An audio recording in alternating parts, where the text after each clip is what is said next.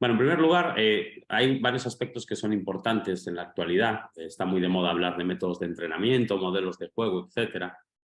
Y básicamente, ¿qué es la metodología de entrenamiento? Bueno, pues es la ciencia que estudia el proceso que seguimos para alcanzar un objetivo, un fin, ¿no? Yo creo que en el fútbol el objetivo principal que tenemos que tratar de alcanzar es aquel en el que nuestros jugadores y nuestro equipo se sienten preparados para las demandas de un deporte situacional como es el fútbol, ¿no? El fútbol es un deporte donde existe una alta incertidumbre táctica y nosotros necesitamos un proceso a través del cual podamos alcanzar el objetivo de que el jugador y el equipo se sientan preparados para afrontar todo lo que tiene que ver con un partido de fútbol. Dentro de las diferentes metodologías hay métodos analíticos, hay métodos globales.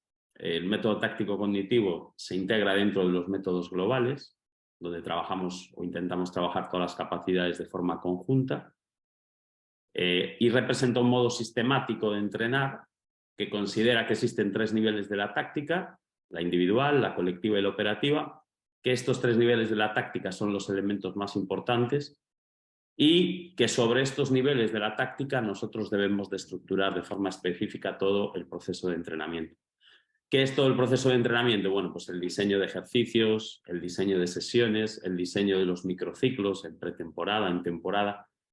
Siempre van a tener un objetivo principal que está relacionado con el aspecto táctico y a partir de ahí se van a ir desarrollando de forma conjunta con ese aspecto táctico todas las capacidades.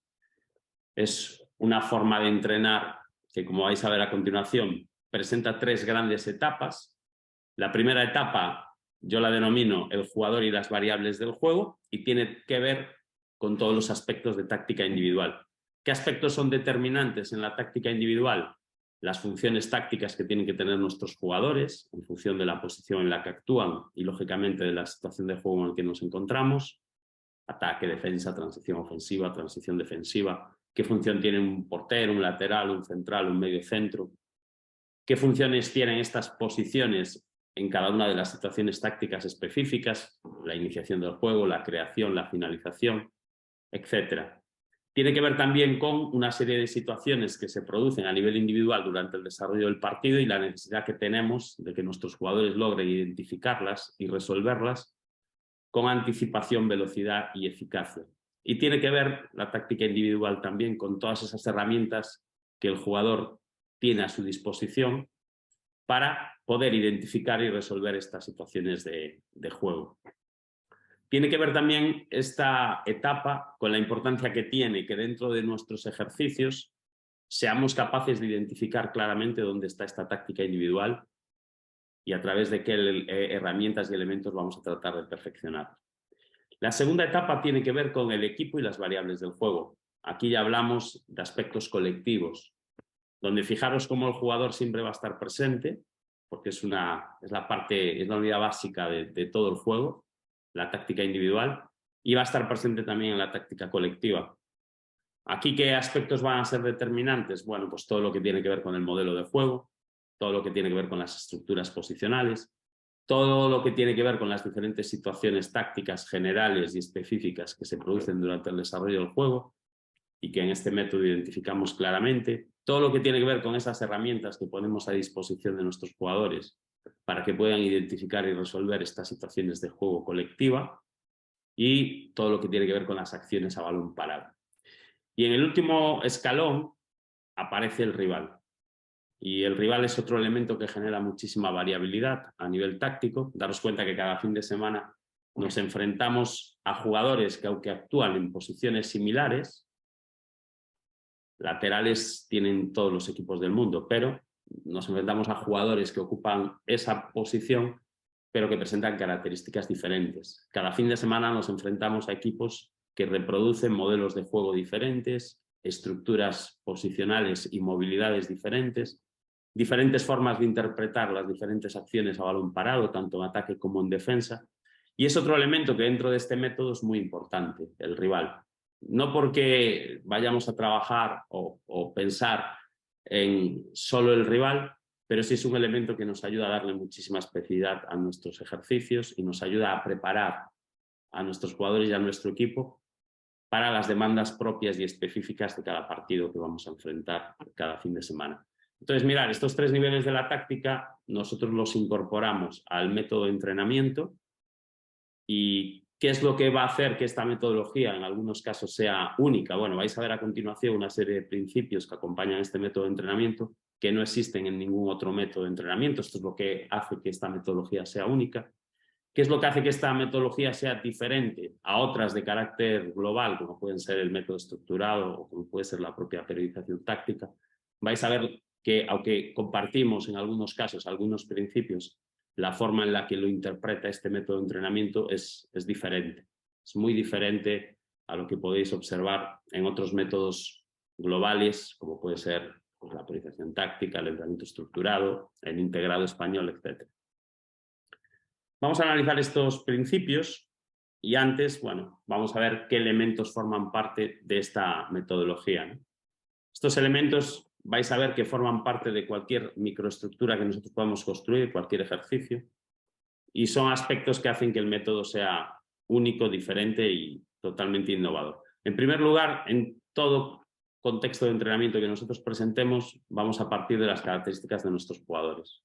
Vamos a tratar de identificar desde el primer momento sus puntos fuertes, sus puntos o áreas de oportunidad.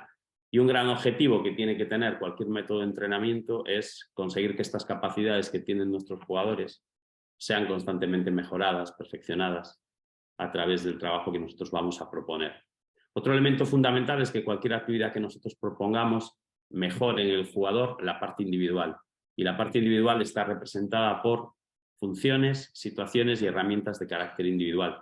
Cualquier ejercicio que nosotros propongamos debería de estimular estos 3 elementos de la táctica individual. Cualquier ejercicio que nosotros propongamos debería de estimular esa identidad de juego que nosotros tratamos de inculcar a nuestro equipo. Y además, aparte del modelo de juego, esa estructura posicional que nosotros tratamos de utilizar con diferentes variables y movilidades a lo largo de un partido. Nuestro método de entrenamiento debe de respetar las características propias y específicas de este deporte. A lo largo del curso pues las iremos enumerando y valorando cada una de ellas. Pero bueno, básicamente, como vais a ver ahora en los principios que os voy a compartir y en los ejemplos, pues la importancia que tiene el uso del balón en todos los ejercicios, el uso de cooperación y oposición en todos los ejercicios, que en todos los ejercicios esté presente la incertidumbre táctica, que en todos los ejercicios estemos compitiendo por superarnos primero a nosotros mismos, pero también al oponente que tenemos enfrente, es decir, que sean ejercicios muy competitivos, que respeten la estructura del ejercicio en cuanto a espacios, volumen de jugadores, reglas, tiempos, la lógica interna del juego. Vais a ver o vais a identificar que a veces hacemos ejercicios que atentan totalmente contra la lógica interna del juego. Y bueno, yo creo que hay que ser muy respetuoso con las características que tiene nuestro deporte y tratar de incorporarlas al método de entrenamiento. Otro elemento que es muy importante es las características de nuestro oponente. Evidentemente, nosotros no podemos cada semana traer a los jugadores del equipo contrario y ponerlos a entrenar contra los nuestros. Pero sí hay cosas que podemos tratar de incorporar a nuestros ejercicios, herramientas, modelos, estructura, y enfrentarlas o confrontarlas durante la semana con ese objetivo. No se trata solo de preparar al jugador y al equipo para el juego. Se trata, dentro de ese juego hay un rival y ese rival genera unas demandas cada fin de semana específicas. Y por último, el reglamento. Vamos a tratar de incorporar a nuestro método de entrenamiento el reglamento de este deporte. Vais a ver que a veces construimos ejercicios que están fuera del reglamento. En algún matiz podemos cambiar alguna regla para conseguir algún objetivo concreto y estimular alguna idea o algún objetivo concreto, pero en general el fútbol tiene un reglamento y ese reglamento deberíamos de tratar de trasladarlo a todos nuestros contenidos de entrenamiento. Como veis, en algunas otras metodologías, pues por ejemplo, en el entrenamiento estructurado la parte individual es muy importante, esas estructuras que trabajan de forma sinérgica alrededor no solo del jugador, sino del ser humano. En la periodización táctica es muy importante el modelo de juego, pero quizás hay otros elementos, hay áreas de oportunidad, creo, en estos métodos, que a mí han hecho que no me convenzan al 100% y por eso, bueno, siempre mi sugerencia es que tratéis de conocer diferentes métodos de entrenamiento y al final creéis o generéis vuestra propia metodología. Yo es lo que he hecho, yo no he copiado y pegado nada de nadie, ni de ningún método, los he estudiado todos he tenido la fortuna de poderlos estudiar de forma próxima, además, y he interpretado que hay aspectos muy positivos, pero también hay áreas de oportunidad. Áreas de oportunidad que he tratado de incorporar a esta metodología de entrenamiento y bueno, que como vais a ver a continuación, presenta una serie de principios que la hacen única, diferente y yo siempre me atrevo a decir que muy innovadora.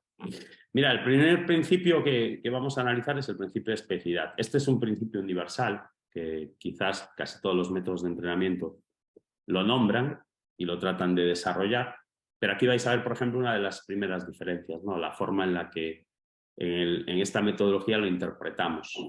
Se da por específico cosas que, en mi opinión, tienen una especificidad bajísima y yo soy de los que considera que todo lo que nosotros hagamos en el entrenamiento tiene que tener una especificidad máxima, ¿no?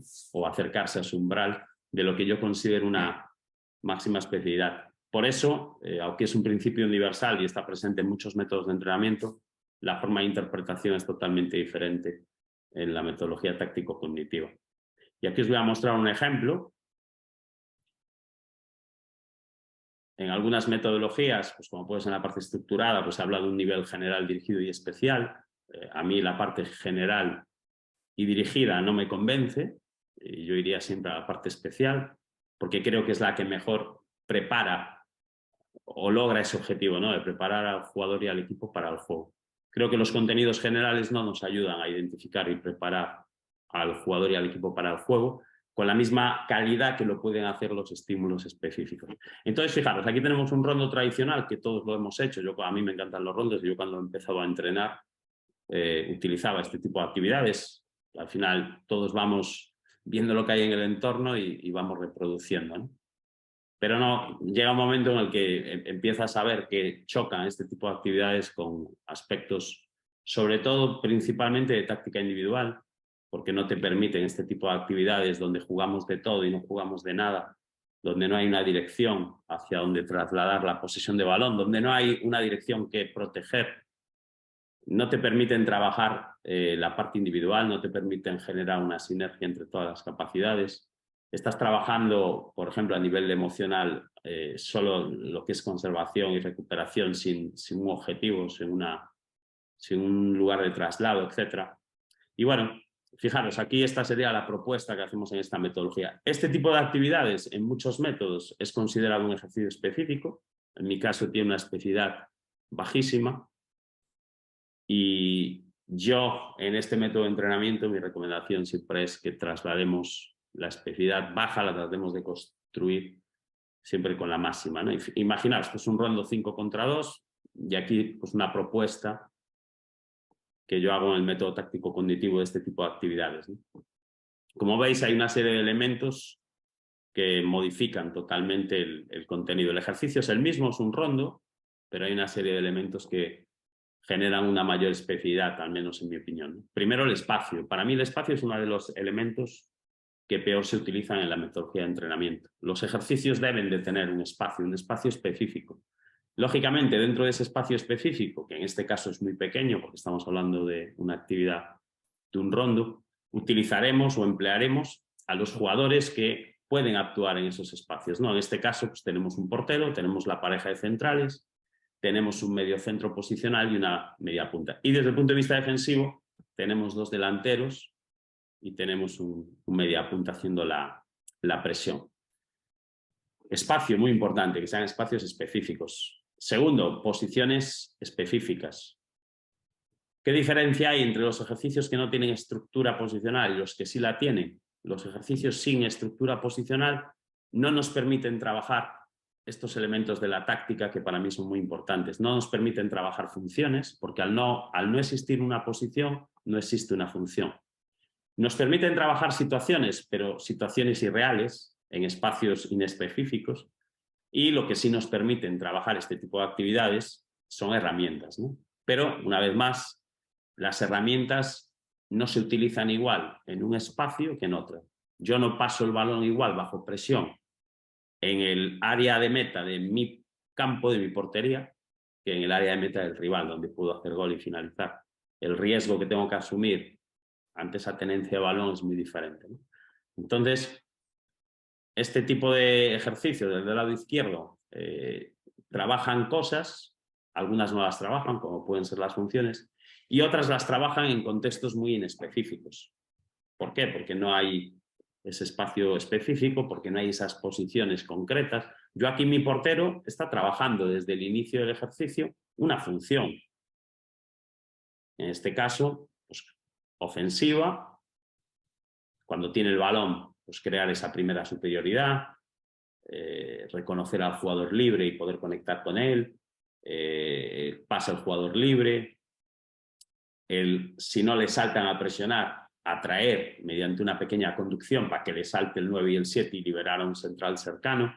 Cuando no tiene el balón, porque la tiene el 4, el 6 y el 5, esos apoyos por detrás bien orientados para poder recibir el balón y atraer a uno de esos dos puntas y separarlos del número 10 y ampliar los espacios entre líneas o a la espalda del número 10.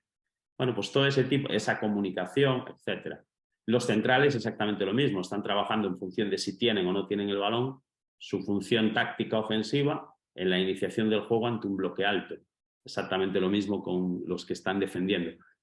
Hay un objetivo que es tener el balón como un medio para mover al rival y poder conseguir progresar y conectar hacia un espacio. En este caso, en ese espacio está ese número 10, que es el objetivo que tiene el equipo azul, ¿no? Conectar con el 10 y superar esa primera presión ejercida por el 9, el 7 y el 10. Para los que defienden también hay un objetivo, que es recuperar el balón y rápidamente iniciar una transición y finalización en la portería.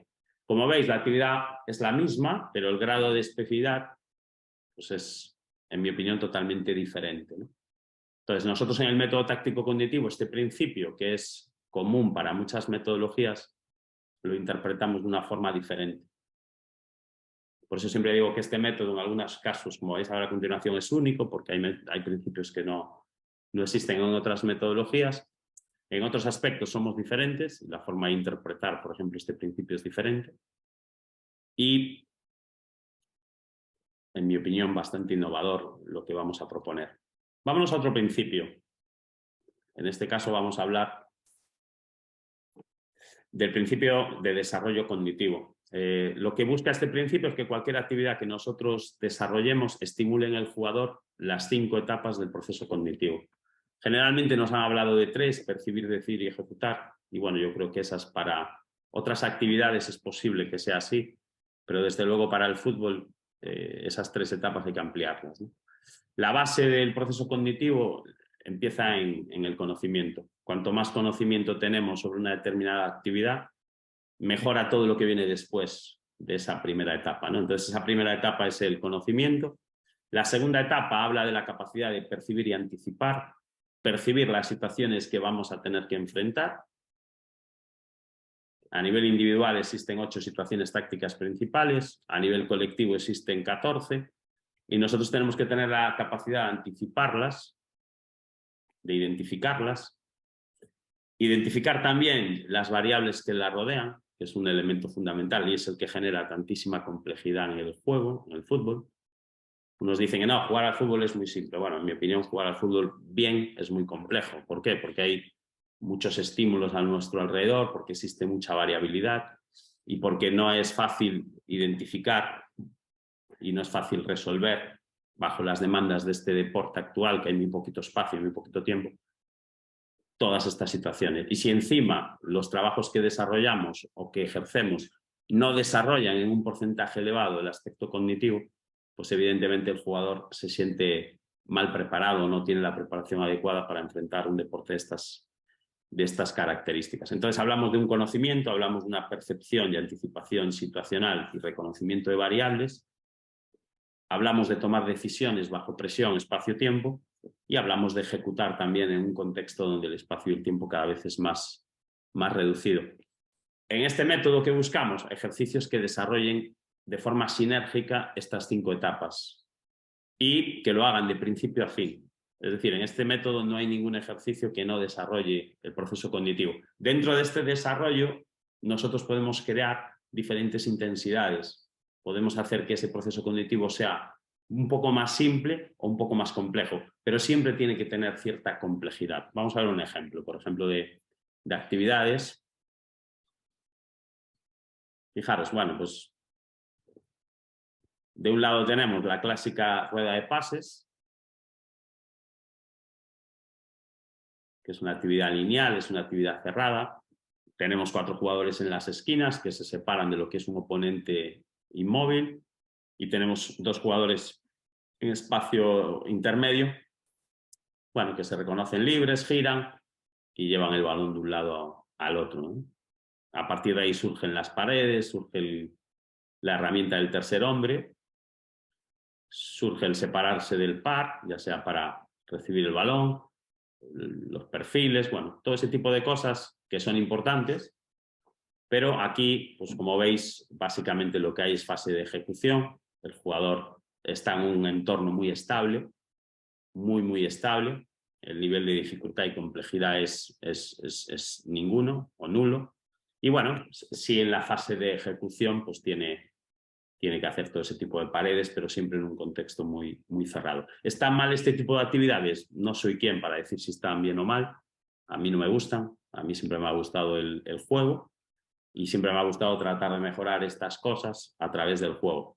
Del otro lado, bueno, pues vemos un ejercicio que sirve para calentar, que es una introducción táctica, que sí estimula todo el proceso cognitivo, ¿no? Donde es importante el conocimiento, donde va a ser muy importante para los 5 jugadores que atacan y los 3 que defienden percibir su situación, anticiparla y ver las variables que hay a su alrededor, tomar decisiones bajo cierto estado de presión espaciotemporal y ejecutar de manera abierta, no de manera cerrada, sino de manera abierta, en función de lo que se propone, ¿no? Aquí lo que se propone es que 2 centrales, un medio centro y 2 mediapuntas, desde el inicio de los centrales, sean capaces de superar la presión en zona 1 del número 9, la presión en zona número 2 del número 6, que sean capaces también de reconocer en qué estatus está el número 4. El número 4 va a tratar de bascular en función del balón y proteger la portería más cercana, con un objetivo, que es enviar el balón al interior de la red. Y si lo pierden, bueno, pues lógicamente activar la presión tras pérdida. Y los jugadores de rojo van a tratar de recuperar el balón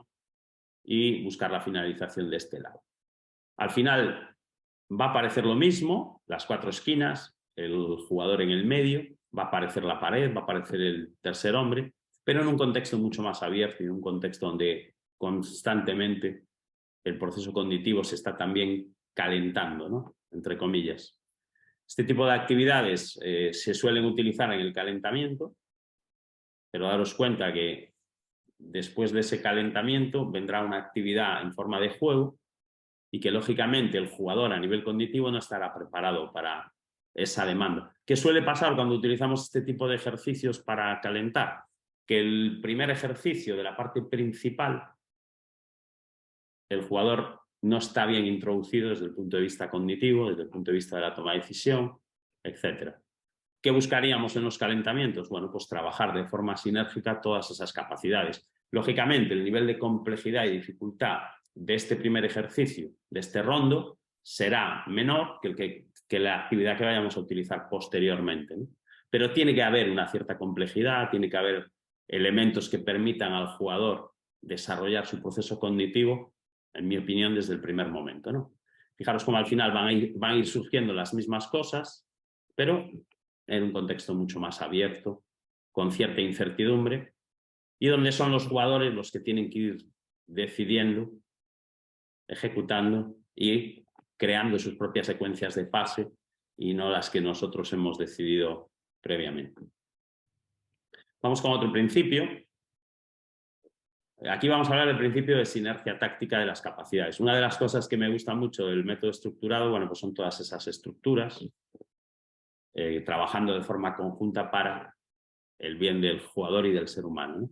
En este método llevamos este concepto, esta idea a la máxima expresión. ¿Por qué? Porque cualquier ejercicio que nosotros utilicemos va a desarrollar constantemente la sinergia entre todas las capacidades. ¿Cómo lo vamos a hacer? Bueno, pues mirad, lo vamos a hacer de una forma muy sencilla. Porque complejo es jugar al fútbol. Creo que entender todas estas cosas es muy sencillo. Vamos a ver. Fijaros, vamos a imaginar una secuencia de juego de un partido y, bueno, vamos a ver si somos capaces de identificar la importancia que tiene esta sinergia de capacidades, ¿no? La parte condicional, coordinativa, cognitiva, técnica, emocional, socioafectiva, etcétera, por sí mismas tienen un valor muy importante. pero ese valor se multiplica cuando nosotros somos capaces de conseguir que todas estas capacidades trabajen de forma conjunta. ¿Cuál es el elemento que las une a todas ellas? Bueno, pues el elemento que une todas estas capacidades es la táctica individual.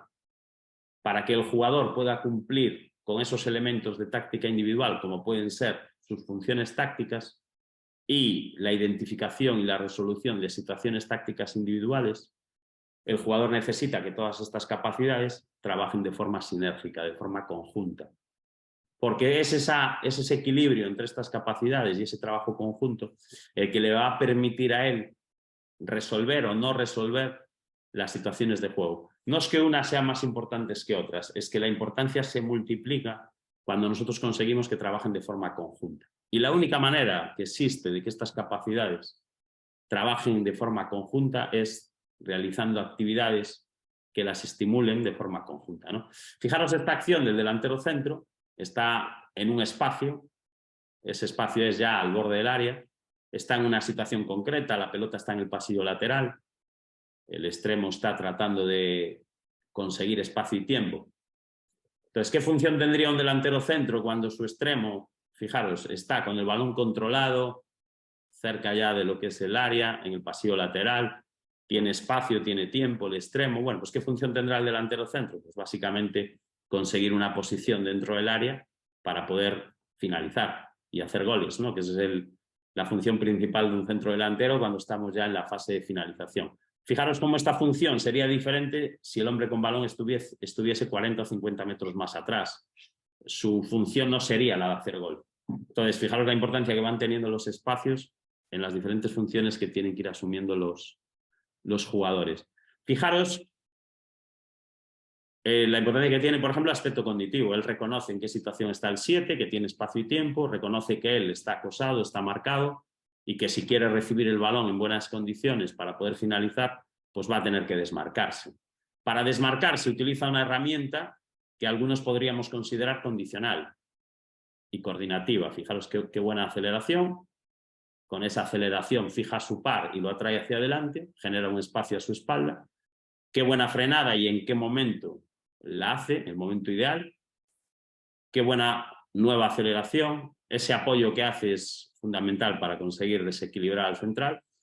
Y luego, pues, la parte socioafectiva entre los dos jugadores, ¿no? Qué bien se entienden en el espacio y el tiempo para que la pelota vaya al delantero en el momento correcto, en el momento adecuado. Ni antes ni después. No lo mete ni en fuera de juego ni con ventaja para el defensor. Luego, fijaros la parte técnica. La parte técnica le permite dominar ese pase, dejarlo en buenas condiciones para, con un segundo toque, poder hacer la finalización. La parte emocional, celebrando el gol. Al final es para lo que va la gente al estadio, ¿no? Para tratar de cantar muchos goles y de emocionarse con este tipo de jugadas.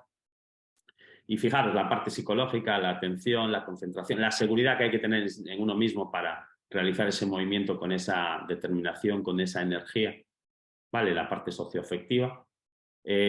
Fijaros cómo todas estas capacidades en la línea del tiempo, ¿no? De esta acción han tenido su importancia, han tenido un momento donde lo condicional ha sido muy importante, pero ese elemento condicional no ha estado aislado. El jugador aceleró, frenó y cambió de dirección para conseguir ¿qué? Un objetivo táctico, ¿no? Por eso, si nosotros somos capaces de unir todas estas capacidades y de entender e interpretar qué es la táctica individual, lo que las une, lo que genera la demanda, va a ser muy fácil poder luego trabajarlas de forma sinérgica, ¿no?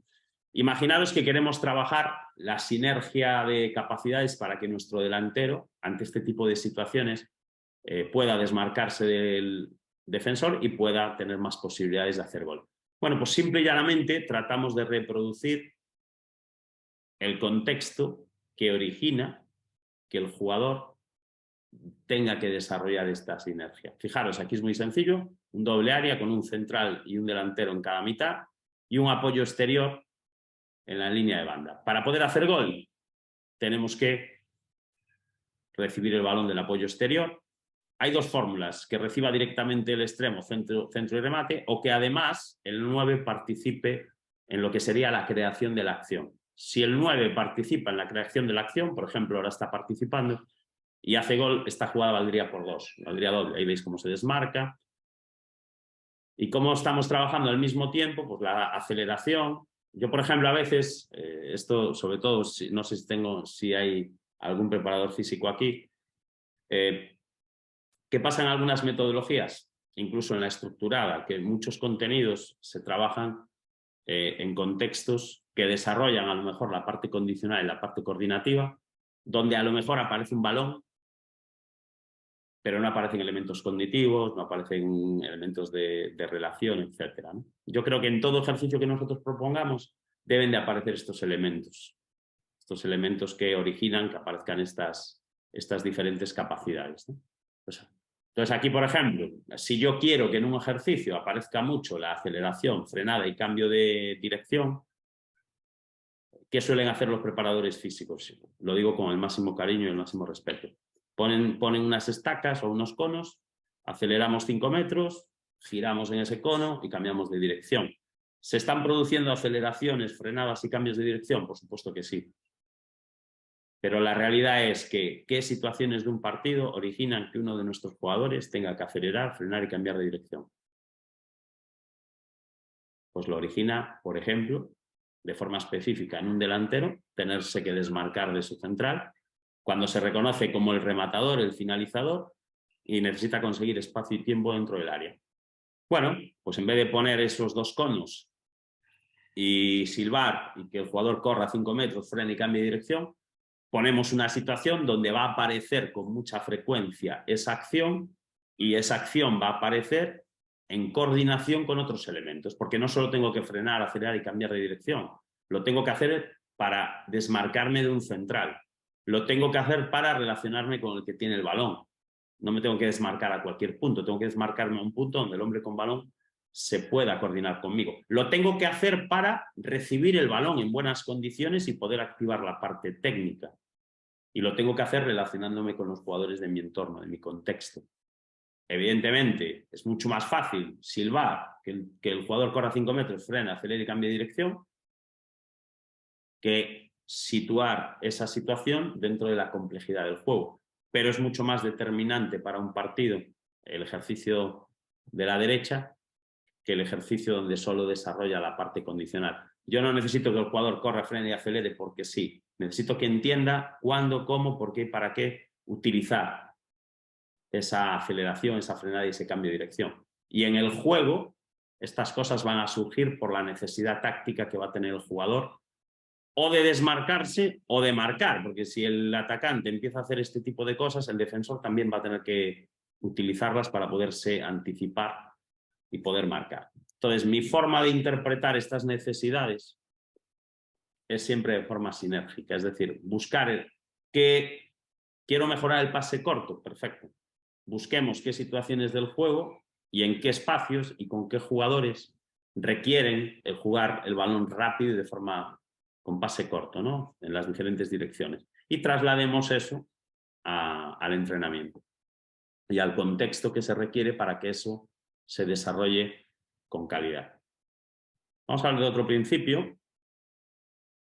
Es el principio de transferencia, ¿no? El principio de transferencia lo que busca es que exista un matrimonio muy bueno entre el entrenamiento y el juego, el partido.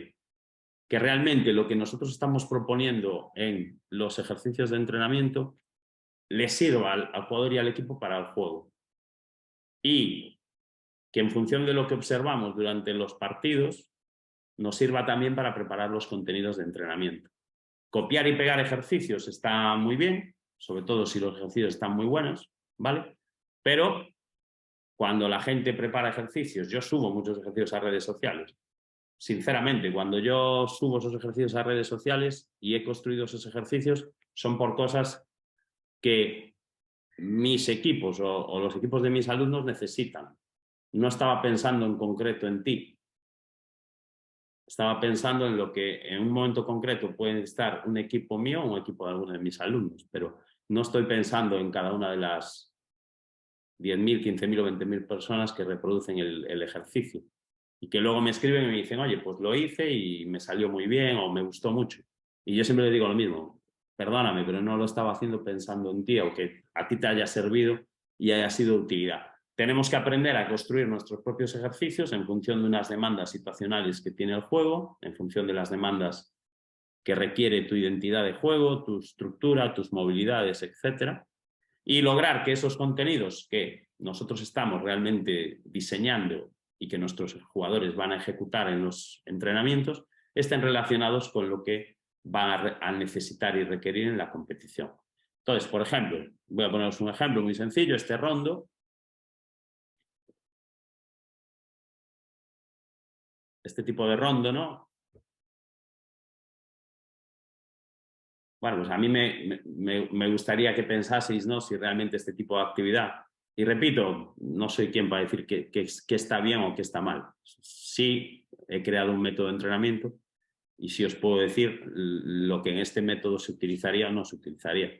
Yo este tipo de ejercicios donde está tan inflada la superioridad, por ejemplo, pues no la utilizaría. Y segundo, creo que esta transferencia es algo que tenemos que tratar de conseguir desde el minuto cero del entrenamiento. Es decir, que realmente esos 90, 100, 120 minutos que vamos a estar entrenando sean de máxima utilidad y transferencia hacia el juego.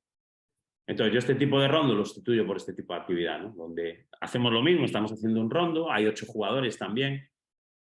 Aprovecho para deciros que en este método de entrenamiento es muy difícil que vayáis a ver situaciones de +3, +4, +5, -3, -4, -5. Hay un reglamento, situaciones 16 contra 8, 14 contra 7. Yo todo ese tipo de cosas que existen y que existen en otras metodologías, yo jamás las utilizaría para el fútbol, ¿no? A lo mejor los vemos y decimos, oye, están mal, ¿no? Yo no voy a decir que estén mal. No soy quien para decir que está bien y que está mal.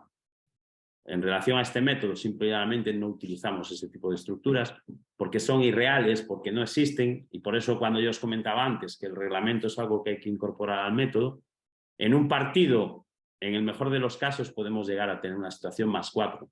A mí me pasó una vez y he dirigido cientos de partidos desde que tengo 13 años. Con un equipo cadete me quedé con 7. Y lo máximo que he tenido ha sido una situación -4. Y a favor, lo máximo que una vez he tenido es una situación +3, donde al rival le echaron a 3 jugadores. Vale, entonces partamos de la realidad que el juego es un deporte en igualdad numérica y que en algunas situaciones, gracias al sistema que utilizamos nosotros y utiliza el rival, o a las movilidades que podemos generar y crear, podemos llegar a crear en algún espacio concreto del terreno de juego pues una situación +1, +2, o a lo mejor en un momento final de un partido donde el rival está desesperado y volcado a nuestra portería, pues conseguimos un contraataque 4 contra 1, 3 contra 1, etc. Pero situaciones que vayan mucho más allá del +4 no van a existir, y van a existir pocas o casi nunca a lo largo de un partido. Situaciones de igualdad, +1, -1, +2, -2, eso es lo que va a estar sucediendo constantemente en cualquier espacio del terreno del juego. Eso va a ser lo regular. Entonces, hay que tratar de construir ejercicios, en mi opinión, que vayan en esa dirección, ¿no?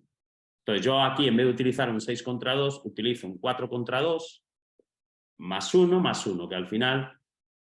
Y fijaros, es un rondo donde los de azul tratan de mover el balón para evitar que el 8 y el 10 se lo quiten y para mover al 6 y poder finalizar en estas mini porterías.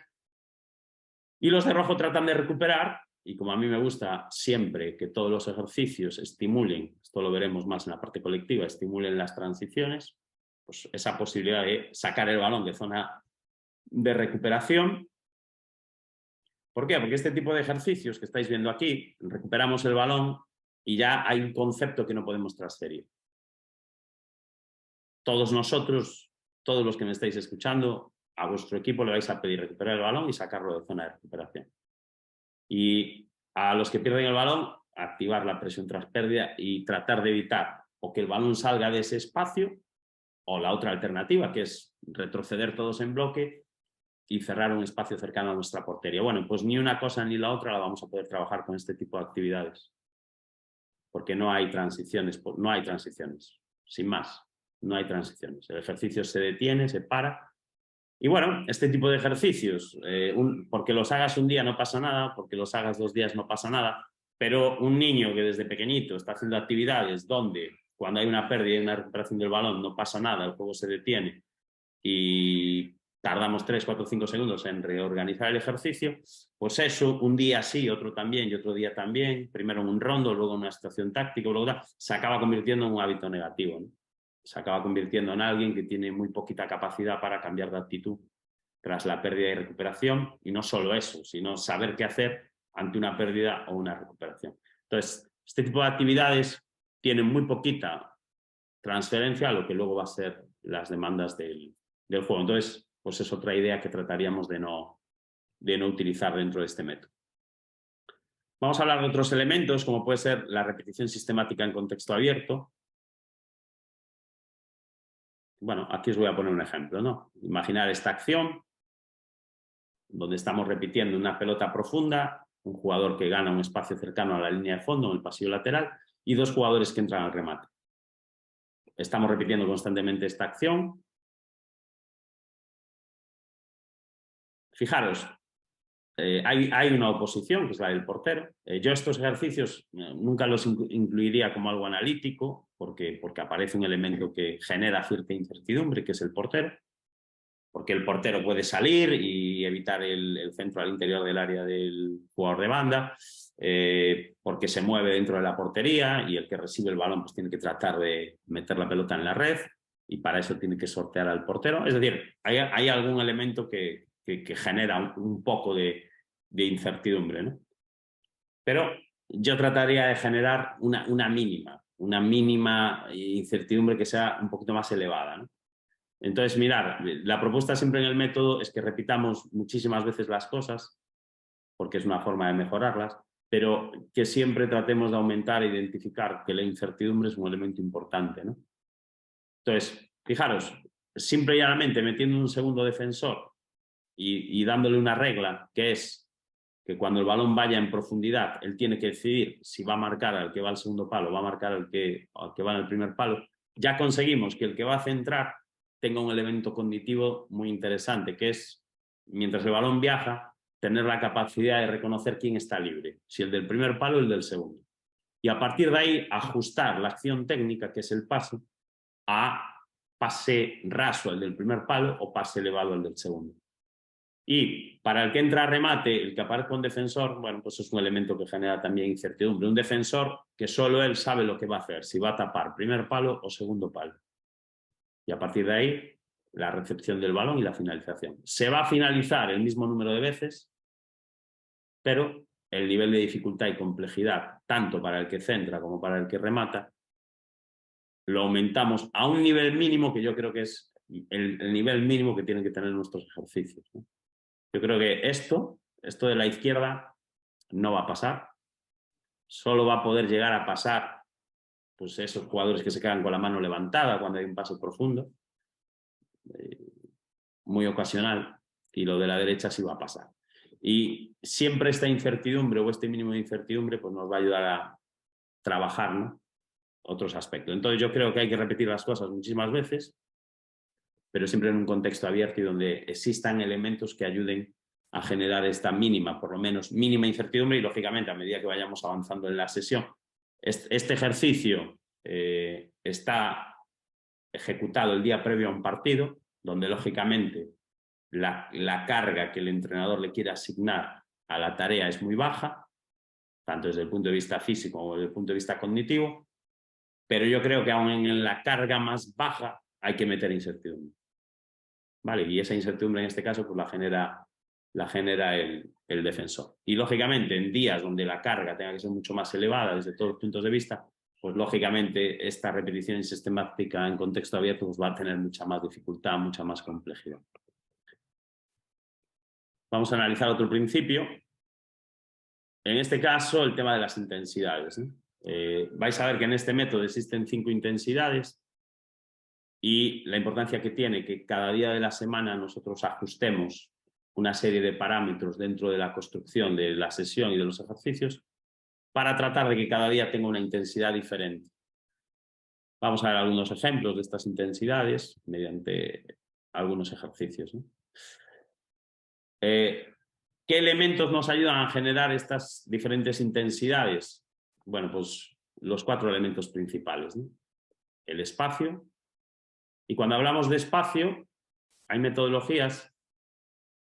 Ahora es una locura lo del metro cuadrado por jugador y todo el mundo está muy pendiente del metraje cuadrado por jugador, porque ese metraje unido al volumen de jugadores que participan, etcétera, bueno, pues generan. Daos cuenta que al final seguimos trabajando, seguimos, yo siempre digo que hay esa huella, venimos de una etapa donde la parte condicional, que aprovecho para decir que es importantísima en el juego, venimos de una etapa donde esa huella del aspecto condicional casi nos sigue guiando en el proceso de entrenamiento.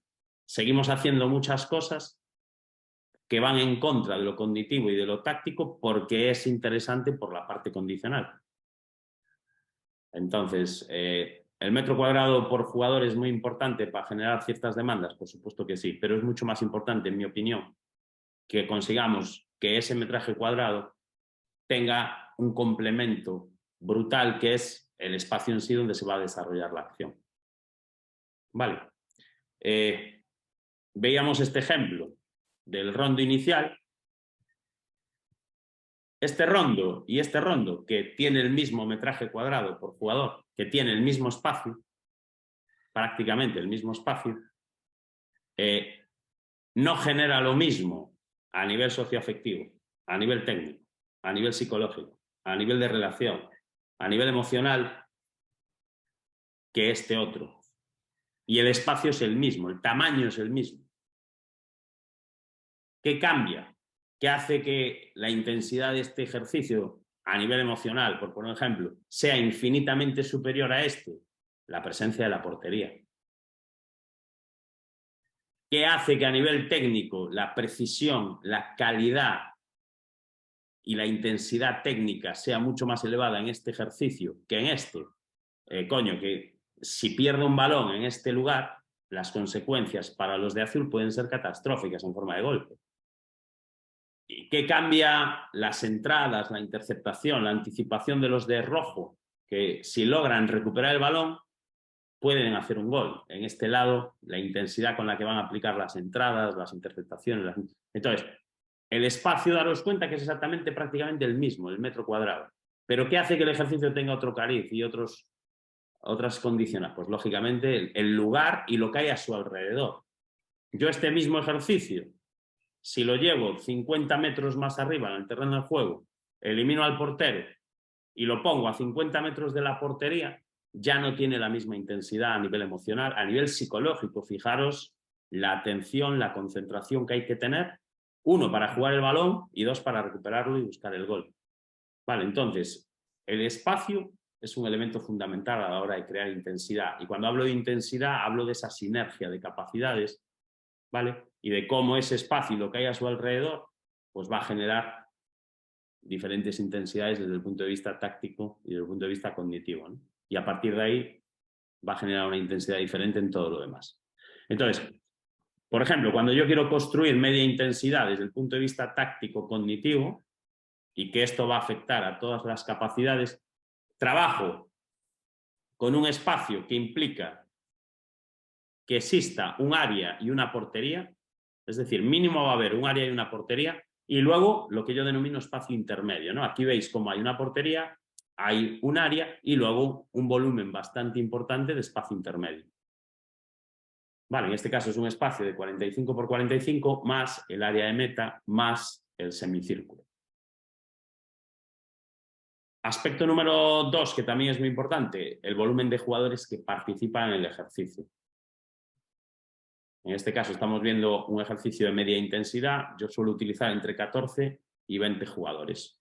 Otro aspecto que es muy importante, el equilibrio de fuerzas o el desequilibrio en cuanto al volumen de jugadores. Yo ya os decía hace un momento que no utilizo, en este método va a ser muy raro, salvo el día de baja intensidad, que veáis ejercicios más. El día de baja intensidad, por el aspecto cognitivo, puede haber un ejercicio que sea 11 contra 3, 11 contra 4, pero con regularidad, casi al 99%, no va a haber ejercicios que excedan del más menos 1 más menos 2.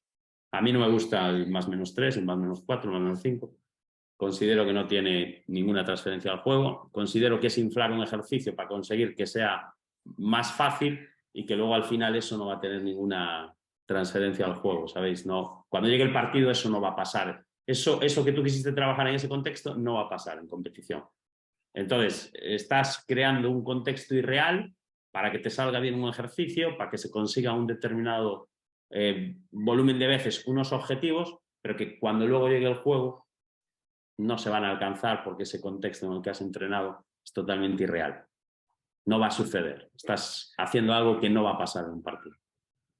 Y yo siempre os digo que tratéis de construir cosas que sí vayan a pasar en el partido, porque esas las que te dan experiencia y esas las que ayudan a que el jugador y el equipo se sientan preparados. Y como el juego es complejo y la dificultad para jugar con intensidad y con calidad es complejo, vuestros ejercicios tienen que tener un grado de complejidad medianamente elevado. Lógicamente, en fútbol base pues tratamos de adaptar esta complejidad al nivel previo que tienen nuestros jugadores.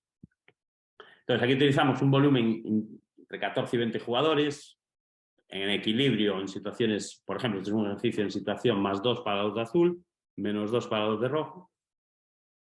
Y bueno, a partir de ahí, pues dependiendo, generalmente, ¿qué objetivo vamos a tener? Pues progresar en el juego, reaccionar a la pérdida y el equipo que defiende recuperar, progresar y finalizar. Ahí veis, el objetivo es llevar el balón desde el 1 al 9. El equipo rojo puede defender con 6 jugadores en esa zona punteada o incluso puede defender con 7. Aquí estamos introduciendo otro principio que es el de variabilidad. Y bueno, las reglas de provocación y continuidad pues orientadas a que el ejercicio tenga una continuidad elevada. El tiempo de trabajo pues son secuencias de juego de media duración. Por ejemplo, ese ejercicio podría durar 2 partes de 7 minutos y medio con una recuperación de 2 minutos entre cada repetición. Bueno, esto es a lo que yo llamaría media intensidad, ¿no? Alta intensidad. La alta intensidad ya tienen otros condicionantes, ¿no? Para mí, para que haya intensidad, tengo que escoger un espacio cercano a las porterías, un volumen de participantes muy reducido, que puede ser entre 3 y 6 jugadores principalmente. Si incorporamos porteros podemos llegar incluso a los 8. Secuencias de juego de poca duración, de corta duración, que se van a repetir varias veces, con recuperación idéntica al tiempo de trabajo. Y bueno, principalmente pues todo lo que tiene que ver con duelos 1 contra 1, duelos 2 contra 1, 1 contra 2, 2 contra 2, 3 contra 2. Bueno, pues esos 6, 8 jugadores, tratar de crear situaciones en igualdad, superioridad o inferioridad numérica, en situaciones de +1, -1 e incluso +2, -2.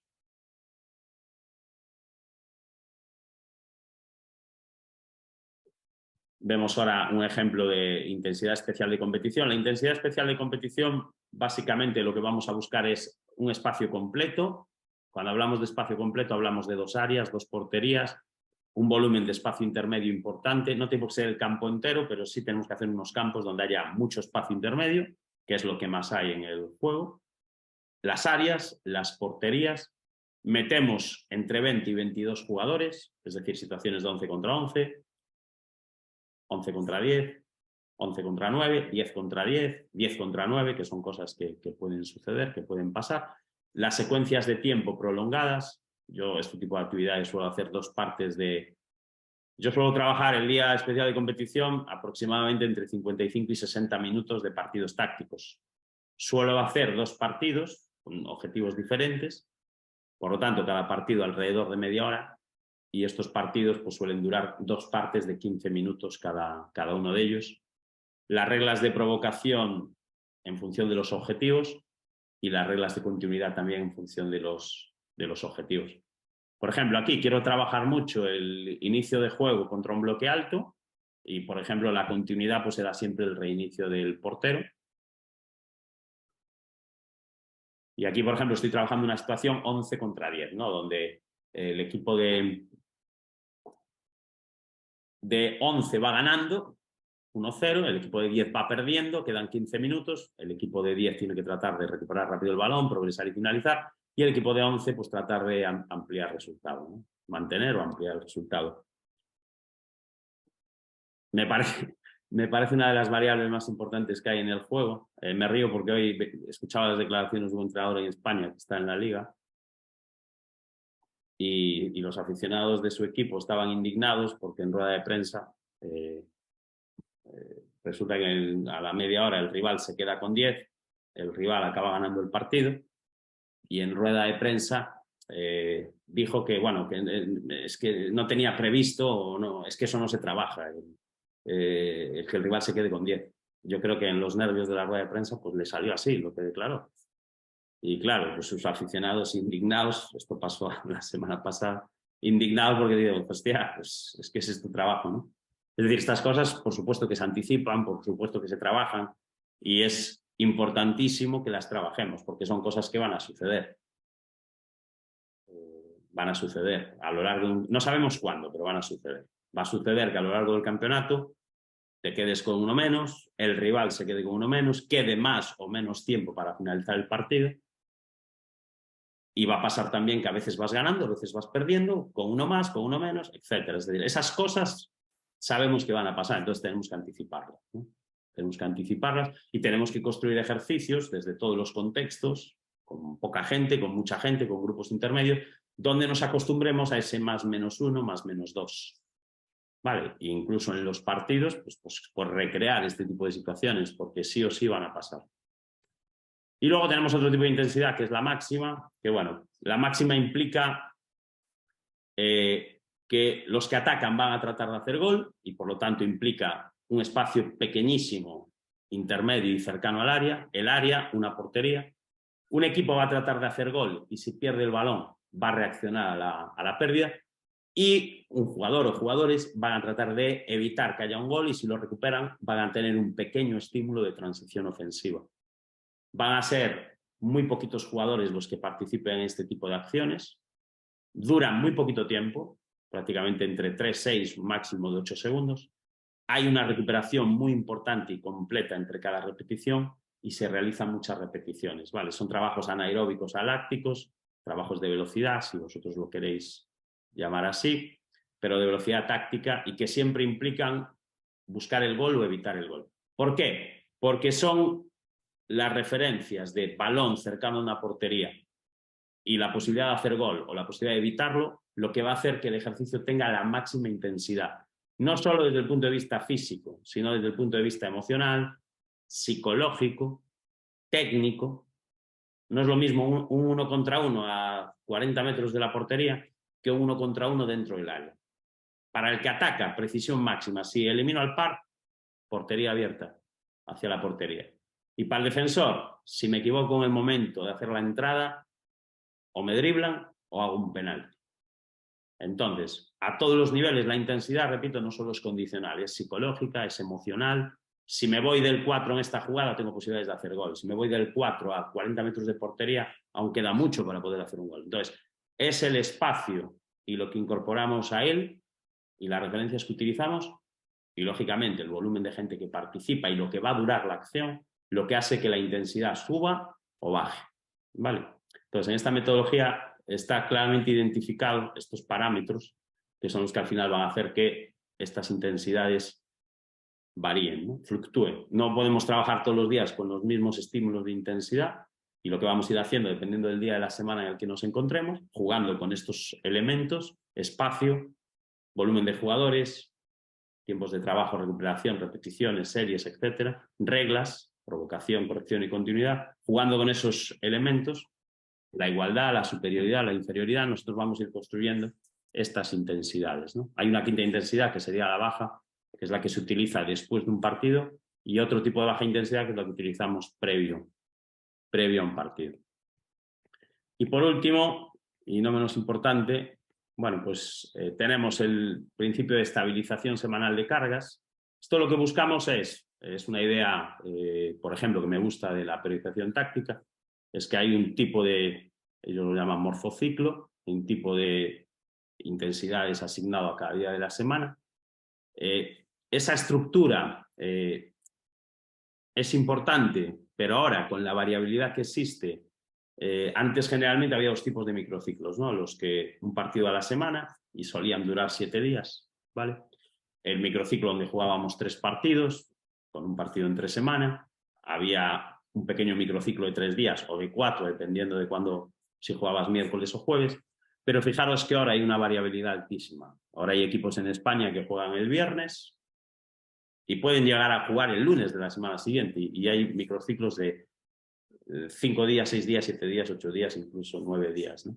Entonces, ¿qué buscaríamos? Buscaríamos crear que cada una de estas intensidades que os he comentado anteriormente, cada vez que hay un microciclo de 6 días, pues utilicemos una estructura siempre similar, con cada día de la semana asignado a una intensidad. Cuando hay microciclos de 7, lo mismo, cuando hay microciclos de 8, y que tratemos de que cada vez que suceda ese tipo de microciclo, con esa duración, tengamos plenamente identificados qué tipo de trabajo vamos a hacer cada día. Y por último, y para mí algo que sí hace ya totalmente único este método de entrenamiento, es este último principio que os voy a hablar de él, que es el de la variabilidad táctica. ¿Qué es la variabilidad táctica? Bueno, pues es algo que existe en el juego y que no hemos conseguido, bajo ningún aspecto, trasladarlo a la metodología de entrenamiento. Variabilidad táctica no es decir, hago del espacio un poquito más grande, un poquito más pequeño. Variabilidad táctica es crear de forma ordenada para nosotros, pero que va a generar una incertidumbre importante para los jugadores, crear contextos y entornos variables en el desarrollo de nuestros ejercicios. Jugando con estos elementos que espacio, jugando con el tiempo, jugando con la igualdad, la superioridad, la inferioridad, las reglas, nosotros lo que podemos hacer es que cada secuencia de juego que se le va presentando a los jugadores sea diferente a la anterior.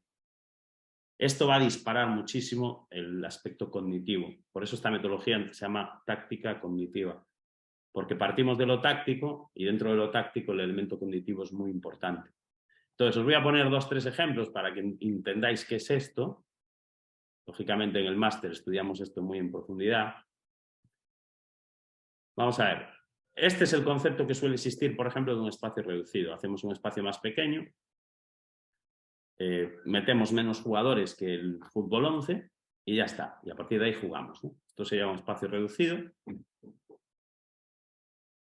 Es un clásico espacio reducido que todos hemos hecho, repito. Yo lo que sí en esta hora os tengo que hacer ver qué es el método táctico cognitivo, qué es y qué no es.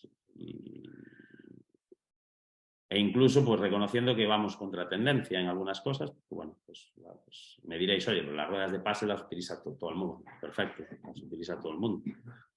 Y ejercicios, y parte de ejercicios analíticos también, y ejercicios con paracaídas, con vallas, con aros, si os dais cuenta, yo de todas esas cosas ni os estoy hablando, ¿no? Porque en este método no utilizamos nada que no vaya a aparecer en el juego. En el juego no hay vallas, en el juego no hay aros, no hay conos. Pues ese tipo de cosas las podemos utilizar como un material auxiliar, pero si yo quiero trabajar el salto, pues busco qué situaciones de partido originan un salto. Y trabajo esas situaciones y estoy trabajando el salto al tiempo que trabajo en sinergia ese salto con otros elementos que forman parte del juego. Si salto, pues será para tratar de hacer una disputa en el juego aéreo, ¿no? Entonces, ese salto estará relacionado con anticiparme al delantero para evitar que remate, o estará relacionado con rematar un balón aéreo. Entonces generamos un contexto donde tenga que haber mucho balón aéreo y a partir de ahí haya mucha disputa y ese salto esté relacionado pues, con rematar, por ejemplo, de cabeza o despejar el peligro del área y evitar un gol, ¿no? Mirad, esto ya sería un espacio reducido desde el punto de vista táctico. Aquí, en este espacio, suceden muchas cosas y no sucede nada concreto, ¿no? Por ejemplo, yo aquí en este espacio, ¿qué quiero que suceda? Quiero que suceda que un central se incorpore a la fase de creación para crear superioridad numérica. Entonces, ¿qué busco en este espacio reducido? Bueno, pues divido el espacio en 3 zonas. Jugamos un equipo juega con portero y 2 centrales en zona 1, un medio campo en zona 2 formado por un jugador y un delantero en zona 3. Y el equipo rojo juega con 2 centrales en zona 1, un medio centro en zona 2 y un delantero en zona 3. En defensa los jugadores no se cambian, no se cruzan. Y en ataque, uno de esos centrales quiero que se incorpore a la fase de creación, genere el 2 contra 1. A partir de ahí, 2 alternativas.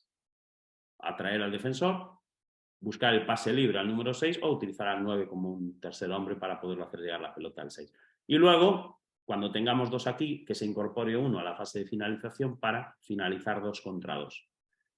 Bueno, pues en el método táctico cognitivo utilizamos espacios reducidos tácticos, donde ponemos reglas, donde, dependiendo del tipo de ejercicio o de lo que queramos que aparezca, aquí aparecen conceptos como la vigilancia, el jugador que se queda por detrás, el jugador pasa al hombre libre, el 2 contra 2 final.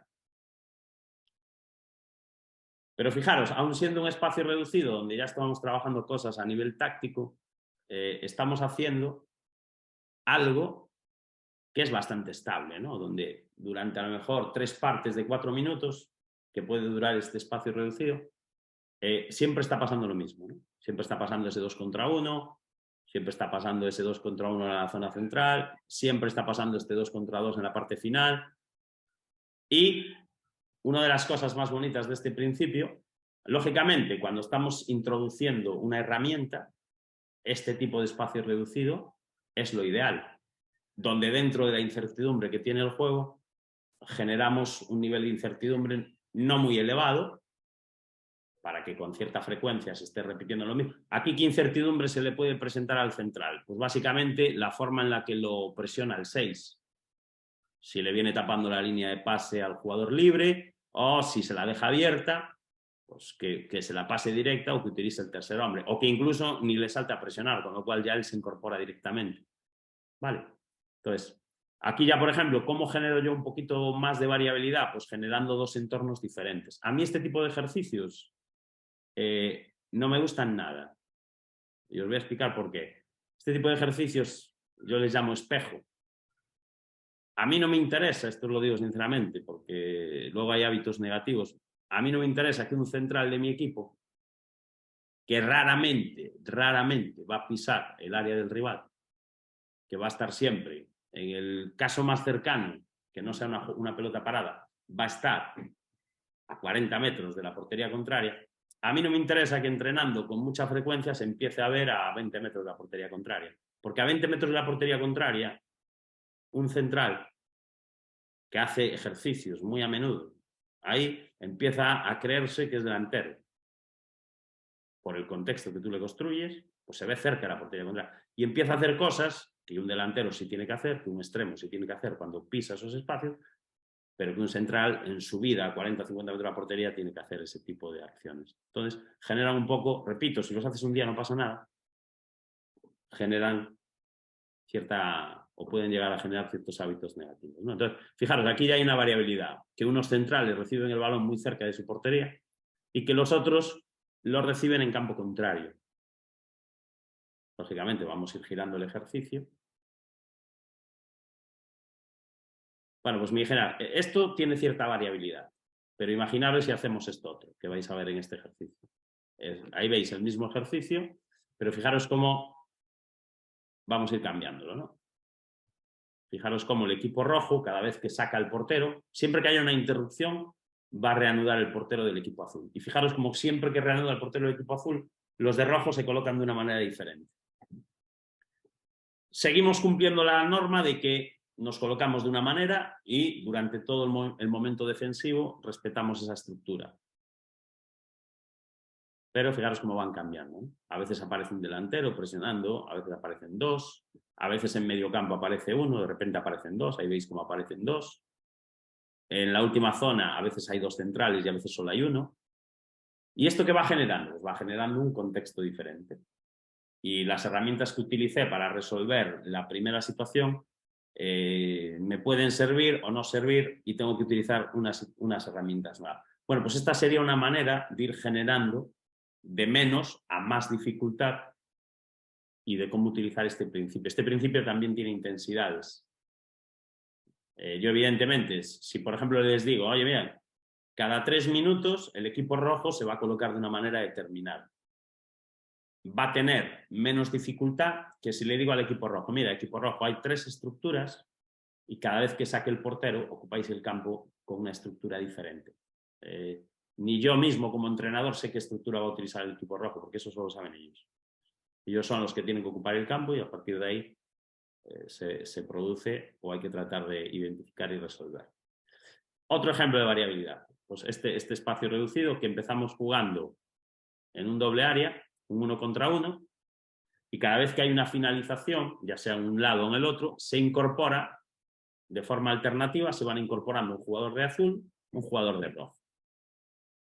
Fijaros cómo cada vez que reiniciamos el juego pasamos de situaciones de igualdad a superioridad, superioridad de un lado, inferioridad del otro, situaciones más menos uno. Fijaros cómo cuando el ejercicio ya están todos al completo, cambiamos la regla de continuidad, ya no reinicia un jugador. El jugador que ingresa al campo no es el que ingresa con la pelota, es el portero. Y ahora es al revés, cada vez que hay una finalización, se pierde un jugador. Si finaliza el equipo de azul, un jugador de rojo tiene que abandonar. Están numerados del 1 al 6, primero se van incorporando y luego los primeros que se van incorporando son los primeros que van abandonando el ejercicio. Fijaros la cantidad de estímulos y la cantidad de variables que vamos a ir utilizando. El espacio sigue siendo el mismo, pero lo vamos cubriendo con más o menos jugadores, lo vamos cubriendo con situaciones de igualdad, superioridad, inferioridad, y vamos creando que cada vez que empiece el ejercicio, cada vez que hay una interrupción y empiece el ejercicio, se produzcan cosas diferentes. Llevemos la misma idea a un rondo, fijaros este tipo de rondo, fijaros también cómo, en este caso el equipo rojo va cambiando su estructura, cada vez que el equipo azul reinicia el juego, el equipo de rojo va ocupando los espacios con más o menos jugadores y los va utilizando estructuras diferentes. ¿Qué pasa con estas estructuras? Por ejemplo, en esta estructura 4 contra 1, el 9, pues el 9 va a ser un jugador que esté muy profundo, que esté tratando de darle el máximo espacio al 8 y al 10. No va a ser necesario que reduzca con respecto al balón, que se aproxime, pero en cambio ya cuando presionan 2 y no hay línea de pase al 8 ni hay línea de pase al 10, pues el 9 tiene que cambiar su función, descender, aparecer más en posiciones entre líneas, etcétera, ¿no? Bueno, pues dependiendo de lo que vaya sucediendo, los jugadores van ajustando sus funciones, sus responsabilidades, la ocupación de los espacios a lo que va proponiendo el ejercicio. A nivel de transición, exactamente lo mismo. Y otro ejemplo de variabilidad pues es este ejercicio, donde mirar, tenemos dos defensores que despejan el balón, tenemos dos atacantes y el segundo defensor y el segundo atacante, cuando el balón viene en viaje, tienen que decidir si se incorporan al ejercicio o se quedan. ¿Esto qué va a originar? Situaciones de 1 contra 1, 2 contra 1, 1 contra 2, 2 contra 2. Donde ni nosotros mismos como entrenadores sabemos exactamente qué va a suceder en cada acción hasta que se esté reproduciendo. Bueno, pues esto lo que busca es que identifiquemos si estamos en igualdad, si estamos en superioridad, si estamos en inferioridad. No se ataca igual un 1 contra 1 que un 2 contra 1, ni se defiende igual siendo un atacante contra dos defensores que siendo dos atacantes contra un defensor. Entonces, todo esto es una forma de construir inestabilidad dentro de un ejercicio, incertidumbre, y lógicamente este tipo de situaciones es lo que va a pasar en un partido. De repente defendemos una situación estable con la defensa organizada, de repente tenemos que defender un contraataque, etc.